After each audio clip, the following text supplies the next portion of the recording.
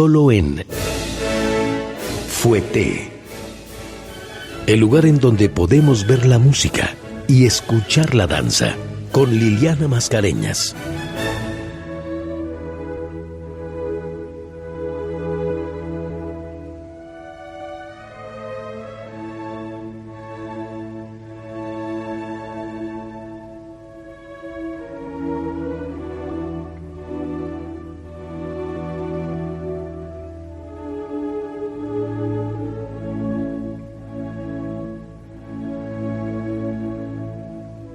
Hola, ¿qué tal? Muy buenas noches. ¿Cómo están? Soy Liliana Mascareñas. Muchísimas gracias por estar aquí en Fouetté, como cada semana en este espacio, en donde podemos ver la música y escuchar la danza. Hoy es un programa especial, pues ya sabrán que el pasado 29 de septiembre se celebraron 85 años de la inauguración del Palacio de Bellas Artes, este emblemático edificio ubicado en la Ciudad de México, que empezó su construcción con Porfirio Díaz y que no habría de ver sus puertas abiertas sino hasta 30 años después, y pues se ha convertido pues en este lugar, en el mágico recinto destinado a las artes, en donde podemos gozar siempre pues de lo mejor de la cultura nacional e internacional en todos los ámbitos.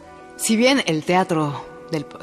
el Palacio de Bellas Artes se inauguró el 29 de septiembre, en una gran ceremonia, obviamente con el presidente Abelardo Rodríguez, y bueno, toda esta comitiva y ceremonia arreglada alrededor de esto, pues la danza no se quedó atrás. Y nada más y nada menos que pocos días después de este 29 de septiembre se presentaba una de las que en su momento era pues considerada prácticamente la más importante del mundo, una compañía de danza con un estilo muy particular, que había roto fronteras, que había abierto nuevos caminos de exploración para la danza, que había creado un repertorio nuevo y que además contaba con un elenco conformado por bailarines que lo daban todo en el escenario, que era un grupo muy apasionado. Y es que a partir del 2 de octubre y hasta el 16 estuvo en el recinto de mármol de ahí de Avenida Juárez la agrupación del coronel Vasili de Vasil, que era conocida en ese momento como Ballet Ruso de Montecarlo. Este Ballet Ruso de Montecarlo, pues bueno, con una historia un poco sacudida, fue el resultado de pues cómo se organizaron las cosas después de que en 1929 falleciera Sergei Diaghilev, el creador de los primeros auténticos ballets rusos, este grupo que salió de Rusia para llevar pues la cultura de ese país al resto de Europa, que se estableció en París y que fue el semillero para grandes creaciones, para dar un aspecto distinto a la danza clásica tradicional que se hacía en los ballets imperiales en San Petersburgo y en Moscú, y que además abrió la puerta al mundo a estos jóvenes talentos que buscaban comunicarse de otra forma y ver la danza con otro sentido, como fueron Mikhail Fokin, Leonid Massin, Václav Nijinsky, Bronislava Nijinska y finalmente George Balanchine. Cuando fallece Diaghilev en 1929, pues este grupo obviamente se ve sacudido, afectado hasta financieramente, porque bueno, si de por sí no eran financieramente muy estables antes, esto peor. Y así es como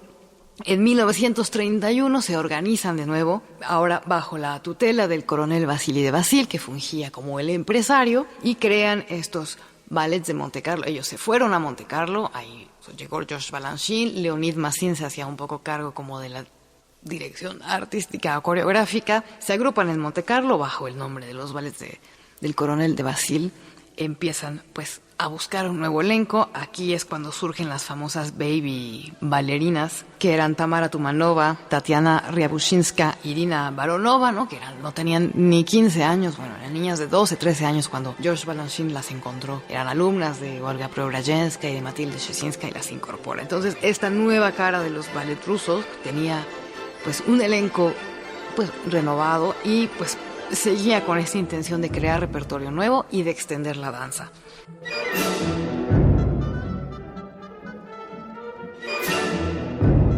Ya hacia 1933, principios de 1934, había mucho conflicto al interior del Ballet Ruso de Montecarlo entre el propietario, que era el coronel Vasili Vasil, y el director artístico, formalmente, que era René Blum. Y bueno, esto pues llevó a que en 1935 la compañía se separara, esto ya es un dato adicional, y se quedará René Blum con el ballet de Montecarlo y el coronel de Vasil con los ballets rusos del coronel de Vasil. Así que, bueno, en esta situación estaban en 1934 cuando llega esta famosísima compañía a México. Estaban como dando ya los últimos suspiros, ¿no?, de esta manera de organizarse y estaban próximos ya a separarse. Las figuras bailarines que participaron en esta visita a México para celebrar este gran acontecimiento que era la inauguración del Palacio de Bellas Artes eran pues Irina Baronova, Tatiana Rebushinska y Tamara Tumanova, estas baby bailarinas, Vera Zorina, Olga Mozorova, Natalie Branitska, entre otras brillantes bailarinas. Y en cuanto a los hombres, pues estaba Paul Patrov, que era una gran estrella, Roman Jasinski, el propio Leonid Massin, David Lishin, Jurek Shabelevsky y precisamente poco tiempo antes, Leon Wolisinski, que era como la gran estrella de estos ballets rusos, se había separado para seguir su camino por su lado, cosa que la prensa mexicana incluso lamentaba, que hubieran llegado los ballets rusos sin la presencia de Wolisinski. Para completar además este magnífico elenco y pues seguir apantallando al público, los directores de orquesta para esta temporada del 2 al 16 de octubre fueron Ernest Anserment, Effen Kurz y Antal Dorati. De hecho, muchas de las grabaciones de la música que acompañó a los ballets rusos en las creaciones incluso de Diaghilev y posteriores, pues están hechas bajo la batuta de Antal Dorati.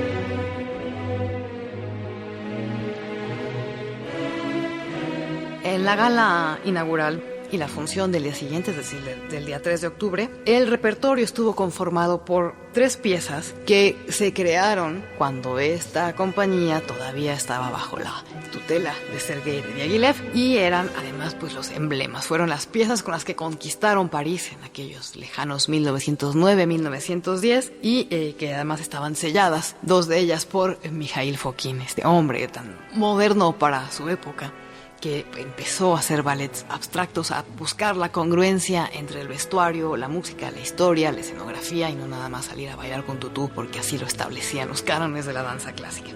Entonces, las 2 obras de Mikhail Fokin que se presentaron pues son, como escuchamos al inicio del programa, pues la Sílfides, ¿no?, que llegó a París transformada después de que se estrenara en San Petersburgo como chopiniana.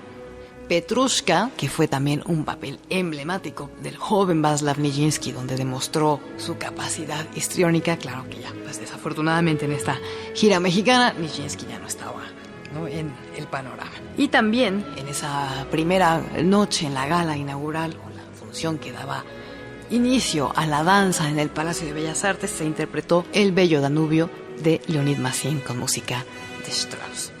Los otros 2 programas que estuvieron repartidos entre el 9 y el 16 de octubre, precisamente pues, alrededor de estos días, un día como hoy, pero hace 85 años, estuvieron integrados por creaciones más recientes, algunas de ellas estrenadas apenas unos meses antes, o un año antes, o el mismo año incluso, en abril o marzo, y casi todas de autoría de Leonid Massin. Así tenemos Cuentos rusos, Union Pacific, Las danzas del príncipe Igor, que esa sí era de Fokin, Escuela de baile, Los presagios, El sombrero de 3 picos, La boutique fantastique o La juguetería fantástica y La playa.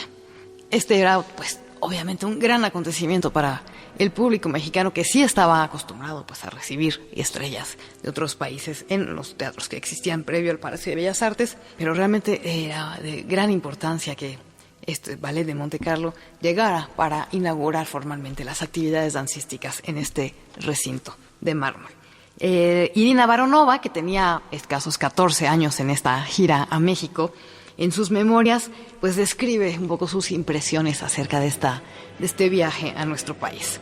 Y les voy a reproducir algunos fragmentos. Dice ella: en la mañana habíamos llegado a la Ciudad de México, esto después de un paso por la frontera en Laredo. Primera impresión: un aire transparente y limpio. Estábamos a 10,000 pies de altitud, grandes cuadras, iglesias grandes y hermosas, puestos alegremente decorados que vendían flores y comida, de ese tipo de comida que solo se encuentra en México, edificios con aire latino, español, que me recordaban un poco de Barcelona, calles alegres, no muy saturadas, con tráfico que no sacaba lo peor de la gente, no había colas ocasionadas por pequeños golpes entre los automovilistas, no había embotellamientos, había muchísimo espacio, ¿no?, para no tener que ir rozando codo con la gente en las calles. Obviamente ellos venían pues de una gira de Inglaterra, y esto es México en 1934. Seguramente si Baronova viniera en esta época tendría que borrar todos estos adjetivos que encontraba para la ciudad. También recuerda Baronova que su teatro, el Palacio de Bellas Artes, un hermoso edificio al gran estilo de la Ópera Garnier de París, coronaba el final de una larga avenida en el centro de la ciudad. Pero aunque el edificio había sido apenas terminado después de muchos años de construcción, los cimientos de un lado se estaban hundiendo ya en ese momento, dándole a la estructura un aire reminiscente a la torre inclinada de Pisa. Y ella, en estas memorias que escribe en los años 2000, dice: sorprendentemente ahora, 70 años después, aún está de pie en toda su gloria. Mientras tomábamos nuestra primera clase en la mañana después de nuestra llegada, nos dimos cuenta con preocupación qué rápido nos quedábamos sin aire debido a la elevada altitud. Trataba de tomar grandes bocanadas de aire cada vez que me quedaba quieta en una pose, y trataba de no dejar que mi cuerpo pues como que se rindiera. Estas respiraciones profundas ayudaban un poco, pero ninguno de nosotros había esperado pasar por este terrible dolor en el pecho y los pulmones, similar al que tuvimos que pasar durante las 2 primeras semanas de nuestra estancia. Al principio, después de cada salida hacia las piernas, nos doblábamos de dolor, como tratando de encontrar el aire y agarrándonos de cualquier cosa que estuviera a la mano. Pero gradualmente nos fuimos aclimatando y logramos dominar esta situación. Como estábamos aquí para inaugurar el Palacio de Bellas Artes, nuestra primera función fue un asunto de absoluta gala. La función presentaba un agotado en las entradas, y los palcos estaban ocupados por dignatarios y diplomáticos extranjeros con sus más elegantemente ataviadas esposas. El público en las butacas era igualmente impresionante. Los vimos así de reojo con gran satisfacción mientras iban tomando sus asientos. Mientras la función se iba desarrollando, la aprobación del público crecía y crecía. Cuando el telón cayó finalmente después del último ballet, recibimos una ovación de pie que pareció durar una eternidad. Llamada de telón tras llamada de telón, juntos, separados, juntos de nuevo, así fue. Una y otra vez. El público nada más no nos dejaba ir. Fue un gran aliciente para nuestro ánimo y la moral, y pues le dio valor a todo el sufrimiento y todo el dolor que habíamos padecido en los pulmones y en el pecho. Después nos pidieron que nos quedáramos en el escenario para conocer a la gente importante que venían escoltados por el coronel de Basil.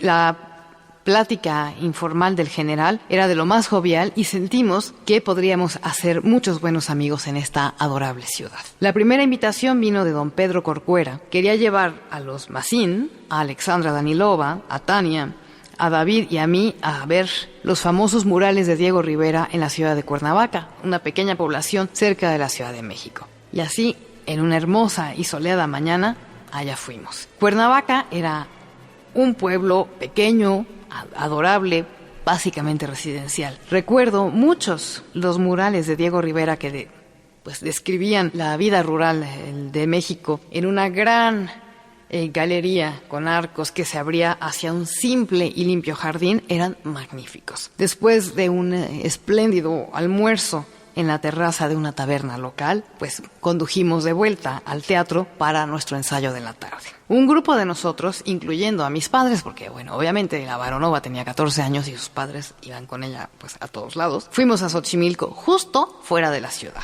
Este lugar era famoso por sus canales que estaban bordeados por campos de flores salvajes, y a través de los cuales uno podía pues pasearse en bote. Sobre estas largas y estrechas barcas había arcos cubiertos con hermosas flores que perfumaban el aire. El lanchero, que estaba vestido de blanco y un sombrero, pues empujaba la barca con una larga vara al estilo de una góndola. Así, deslizándonos a través de este lugar con el cielo reflejado en el agua y rodeados de flores, se sentía tan romántico. Me acuerdo haber deseado que tuviera alguien a quien tomarle la mano en ese momento. Esperábamos que nuestra siguiente visita pudiera ser más larga y que pudiéramos ser capaces de conocer más de este fascinante país y su rica, antigua